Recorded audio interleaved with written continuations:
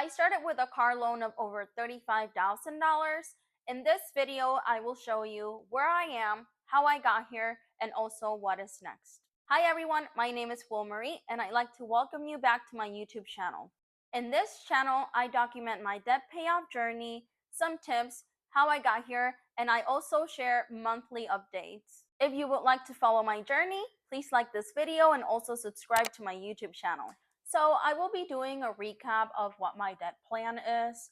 My plan is to pay off my car loan, and once I pay that off, that monthly payment, I'm just going to put it towards my student loan so that I can start making extra payments towards those.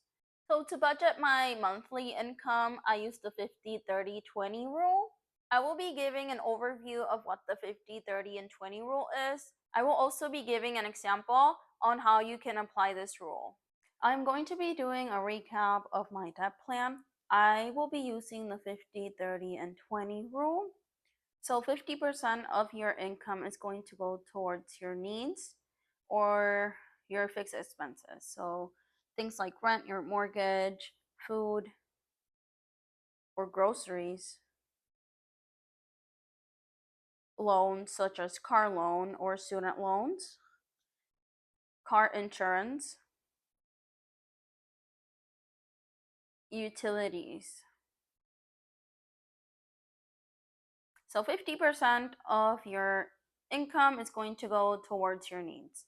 30% is going to be used for wants. This is what we usually call like fun money. Anything that you want to spend it on, like you want to get a pedicure, you can use that 30% of your income towards that. And then 20% is going to be towards savings or debt. So here, you want to use 20% of your income to fund your emergency fund. Once this emergency fund is already completed, you want to have at least 3 to 6 months worth of your needs in an emergency fund. So let's say that in your rent, mortgage, food, loans, insurance, and all of this here, you have a total of $2,500 a month. This is just an example. So you're gonna need 3 times that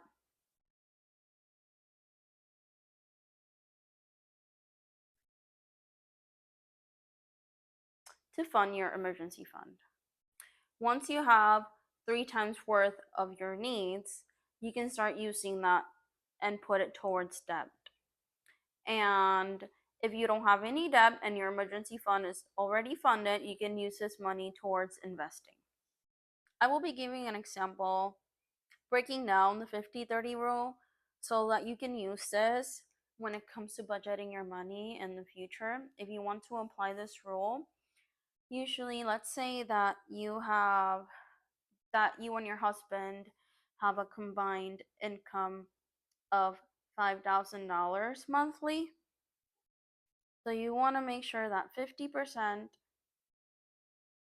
of your income goes towards your needs, which are your fixed expenses, such as the mortgage, rent, food, groceries, car loans, what I mentioned earlier.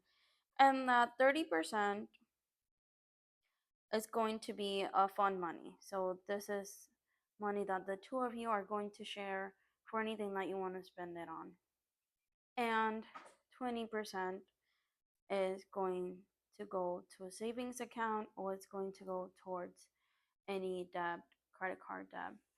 And this is just a guide. You don't have to follow the 50, 30, and 20 rule.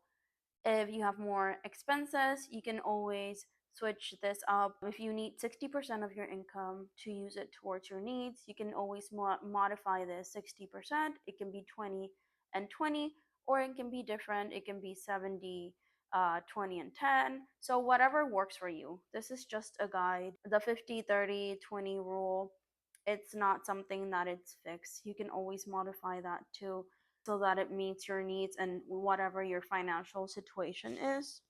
Now I will be giving an update on my car loan debt.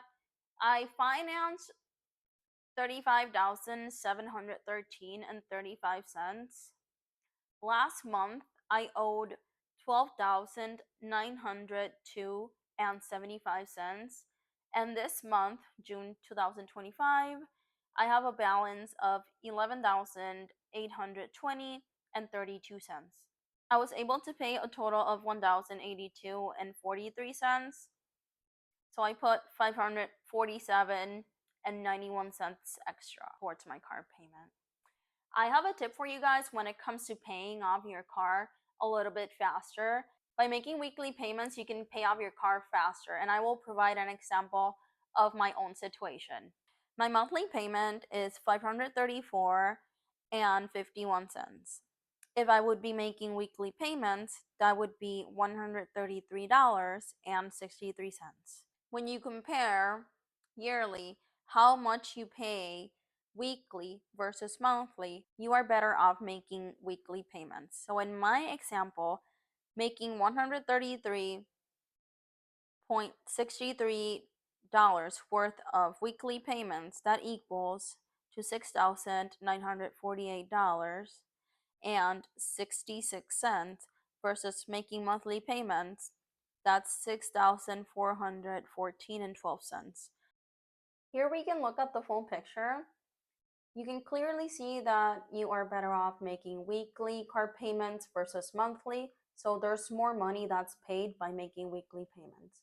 There's a difference of $534.54. So I was able to make one extra payment towards my car by making weekly payments. I hope that this information is beneficial for you. If you have any questions in regards to my calculations or something, you can comment down below. In my next video, I will be doing a no spend week challenge. I'm trying to stay positive, motivated, and I am also trying to take things one step at a time.